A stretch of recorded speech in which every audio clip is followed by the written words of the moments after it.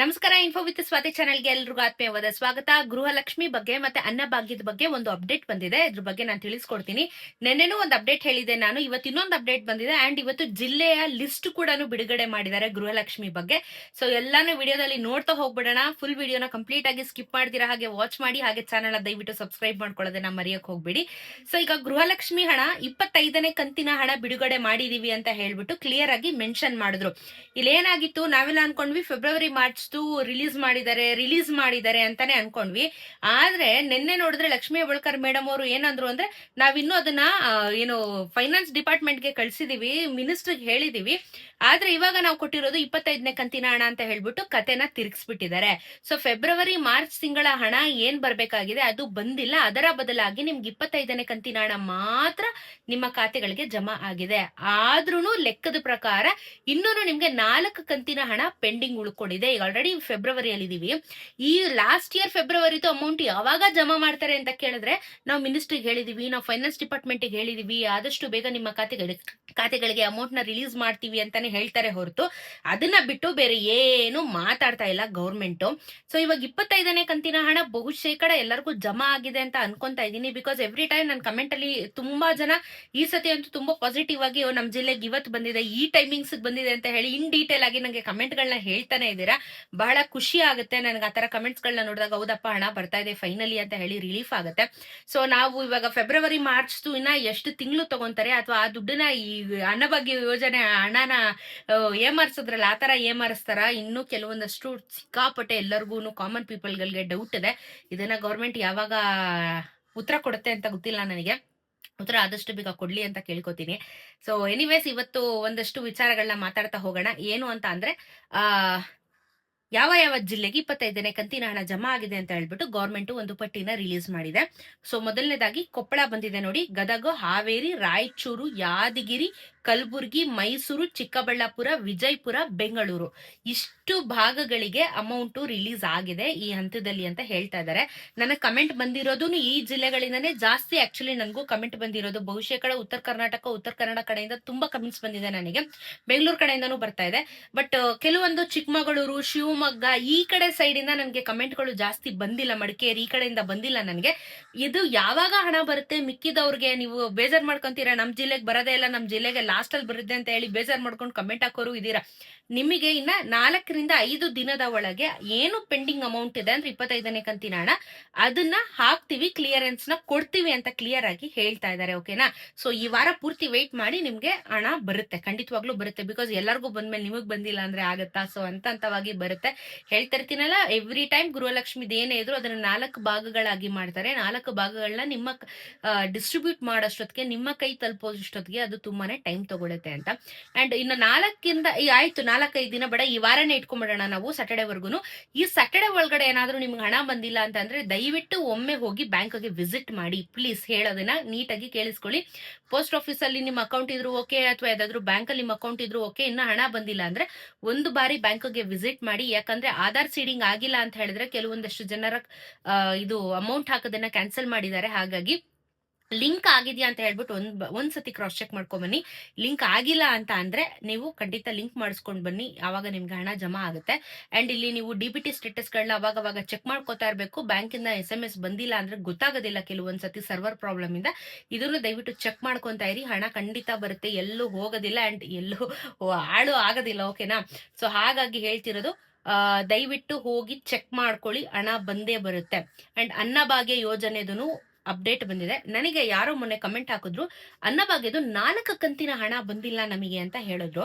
So ಇದು almost 1 ವರ್ಷ ಆಯ್ತು. ಓಕೆನಾ? ಅನ್ನಭಾಗ್ಯ ನಿಂತಿ ಅಂದ್ರೆ ಅಕ್ಕಿ ಬದಲಿ ಫಸ್ಟ್ ಹಣ ಕೊಡ್ತಿದ್ರು, ಆಮೇಲೆ ಬೇಡ ನಾವು ಅಕ್ಕಿನ ಪೂರೈಸ್ತೀವಿ ಅಂತ ಹೇಳ್ಬಿಟ್ಟು ಅಕ್ಕಿ ಕೊಡೋಕ್ ಶುರು ಮಾಡಿದ್ರು. ಅಲ್ಲಿ ಏನ್ ಮಾಡಿದ್ರು, ನಮಗೆ ಗೊತ್ತಿರೋ ಪ್ರಕಾರ 2 ತಿಂಗಳು. ಬಟ್ ಯಾರೋ ಕಮೆಂಟ್ ಹಾಕಿದ್ರು 4 ತಿಂಗಳಿಂದ ಹಣ ಬಂದಿಲ್ಲ ಅಂತ ಹೇಳ್ಬಿಟ್ಟು.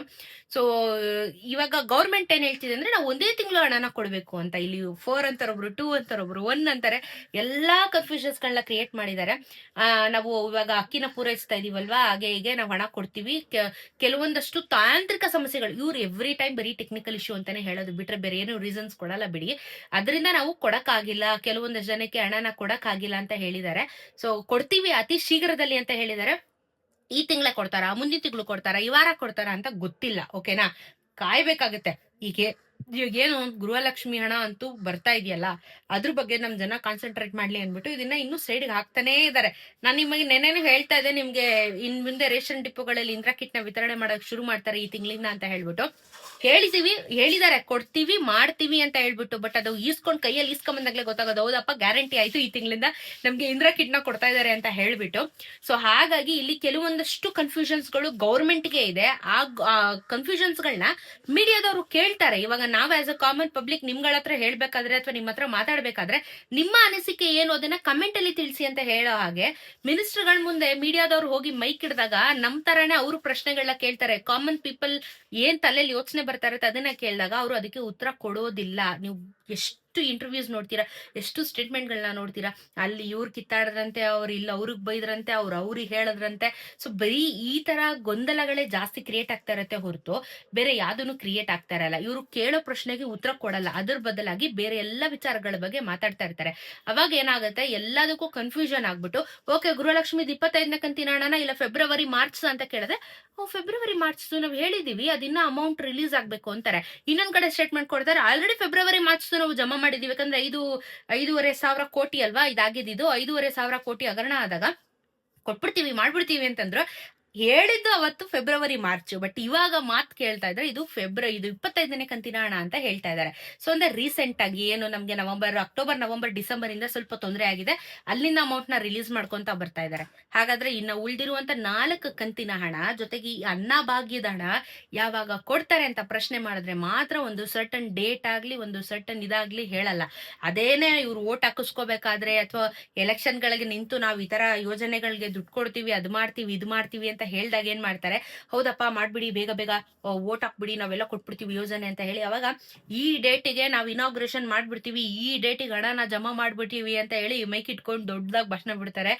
ಆದ್ರೆ ನಿಜವಾಗ್ಲೂ ಹಣ ಬರುವುದೇ ಇಲ್ಲ. ಏನೋ 2 ತಿಂಗಳು ಆಸೆಗೆ ಹಾಕ್ತಾರೆ ಹೊರತು ಇನ್ನ 3ನೇ ತಿಂಗಳು 4ನೇ ತಿಂಗಳು ಆದಂಗೆ ಈ ತರ ಪೆಂಡಿಂಗ್ ಇಟ್ಕೊಂಡು ಹೋಗ್ತಾರೆ. So end of the day ನಮ್ಮ ಹತ್ರ ದುಡ್ಡಿಲ್ಲ ಅಂತ ನಾವೇನ್ ಹೇಳಲಿಲ್ಲ, ವಿಪಕ್ಷದವ್ರು ಹೇಳ್ತಾರೆ ಇವ್ರ ಹತ್ರ ದುಡ್ಡಿಲ್ಲ ಫಂಡ್ಸ್ ಇಲ್ಲ ಅದಕ್ಕೆ ಈ ತರ ಮಾಡ್ತಾ ಇದಾರೆ ಅಂತ. ಅವಾಗ ಇಲ್ಲ ನಮ್ಮ ಹತ್ರ ಫಂಡ್ ಇದೆ ಅಂತ ಹೇಳ್ಬಿಟ್ಟು ಟಕ್ಕನಾಗಿ ರಿಲೀಸ್ ಮಾಡ್ಬಿಡ್ತಾರೆ, ಅವಾಗ ಮಾತ್ರ ಫಂಡ್ ಬರುತ್ತೆ ಇವ್ರಿಗೆ. ಸೊ ಏನ್ ಗೊತ್ತಾ, ಹೇಳೋದೊಂದು ಮಾಡೋದೊಂದು ಆಗ್ಬಾರ್ದು. ಅದಕ್ಕೇನೆ ನಾವು ಇಂಡಿಯಾದಲ್ಲಿ ಇನ್ನೂ ಡೆವಲಪಿಂಗ್ ಕಂಟ್ರಿ ಆಗ್ತಾ ಇರೋದೊಂದು ಪೊಲಿಟಿಕ್ಸ್ ಸರಿಗಿಲ್ಲ. ಫಸ್ಟ್ ಆಫ್ ಆಲ್ ಪೊಲಿಟಿಕ್ಸ್ ಸರಿಗಿಲ್ಲ, ಯಾವ ಪಕ್ಷ ಅಂತಲ್ಲ, ಪೊಲಿಟಿಕಲ್ ಪವರ್ ಸ್ಟ್ರಾಂಗ್ ಆಗಿ ನಿಂತ್ಕೊಂಡಾಗ ಎಲ್ಲ ಬದಲಾವಣೆಗಳು ಎಲ್ಲ ಡೆವಲಪ್ಮೆಂಟ್ಗಳು ಕರೆಕ್ಟ್ ಆಗಿ ಆಗ್ತವೆ.